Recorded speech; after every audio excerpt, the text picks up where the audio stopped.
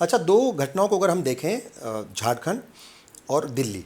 झारखंड के chief minister जो है वो रिज़ाइन करके गए और किसी दूसरे को चीफ मिनिस्टर बनाया, गद्दी पर बैठाया, वापस आए तो फिर खुद बैठ गए और लोगों के बीच गए। मगर अरविंद केजरीवाल साहब ने इस्तीफ़ा नहीं दिया, बाहर आकर के इस्तीफ़ा दिया जब जेल से उनको यानी ज़मानत मिल गई, रिज़ाइन किया और फिर आतिशी जी को बैठा दिया। आपको लगता है इनमें क्या फ़र्क है? क्या इनको दोनों को चीज़ों को देखते हैं, क्या लोगों के ऊपर कुछ असर गया, निगेटिव इम्पैक्ट पड़ा इसका? नहीं, बिल्कुल नहीं निगेटिव इम्पैक्ट पड़ा। जेल वो एक गलत मुद्दे पे भेजे गए थे और जब जेल में जाने के बाद इस्तीफा दे देते तो कहीं ना कहीं भारतीय जनता पार्टी के झूठे प्रचार को बल मिलता इस बात से, और एक नया तरीका पूरे हिंदुस्तान में बीजेपी शुरू कर देती कि किसी भी चीफ मिनिस्टर के खिलाफ झूठा मुकदमा बनाओ, उसको जेल में डालो और उसका इस्तीफा ले लो।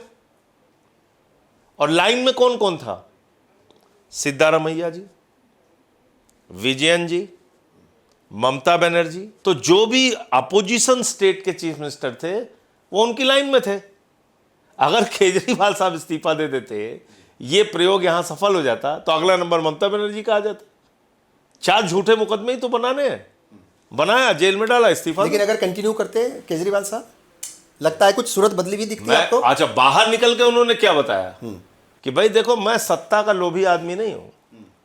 हमने 49 दिन की सरकार को लात मार दिया था तब, जबकि मुझसे किसी ने इस्तीफा नहीं मांगा था, और तुमने जबरदस्ती किया, जेल में भेजा, इस्तीफा देने का दबाव बनाया। उस समय हम नहीं झुके, लेकिन जब हम बाहर आ गए तो हमने जनता के सामने ये कहा कि हम इस्तीफा दे रहे हैं और हमें कोई पद का लालच नहीं।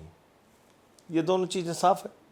लिकर पॉलिसी को लेकर के आप सब लोगों को जेल में डाला गया, लिकर पॉलिसी, और उसी को जो है वो कंटिन्यू कर रही है। मैं ये कह रहा हूं कि आप लिकर पॉलिसी जाके बगल में हरियाणा में देखिए ना, रात में 3-3 बजे तक दारू के ठेके खुले रहते हैं। आप उत्तर प्रदेश में जाके देखिए, आप देखिए किस तरीके की पॉलिसी इन लोगों ने अपना रखी है। लिकर पॉलिसी को इन्होंने बदनाम करने का एक जरिया बनाया।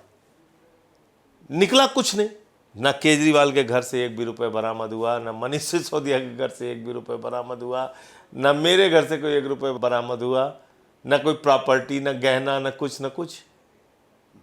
तो झूठे आरोप जैसे जो पॉलिसी थी उसी को, और जिन लोगों पे प्रधानमंत्री खुद 70 हजार करोड़ के भ्रष्टाचार का आरोप लगा रहे थे, वो अजीत पवार उनके साथ, येदुरप्पा उनके साथ, रेड्डी ब्रदर्स उनके साथ, नारायण राणे उनके साथ, शुभेंदु अधिकारी उनके साथ, मुकुल राय उनके साथ, हेमंत विश्व शर्मा उनके साथ।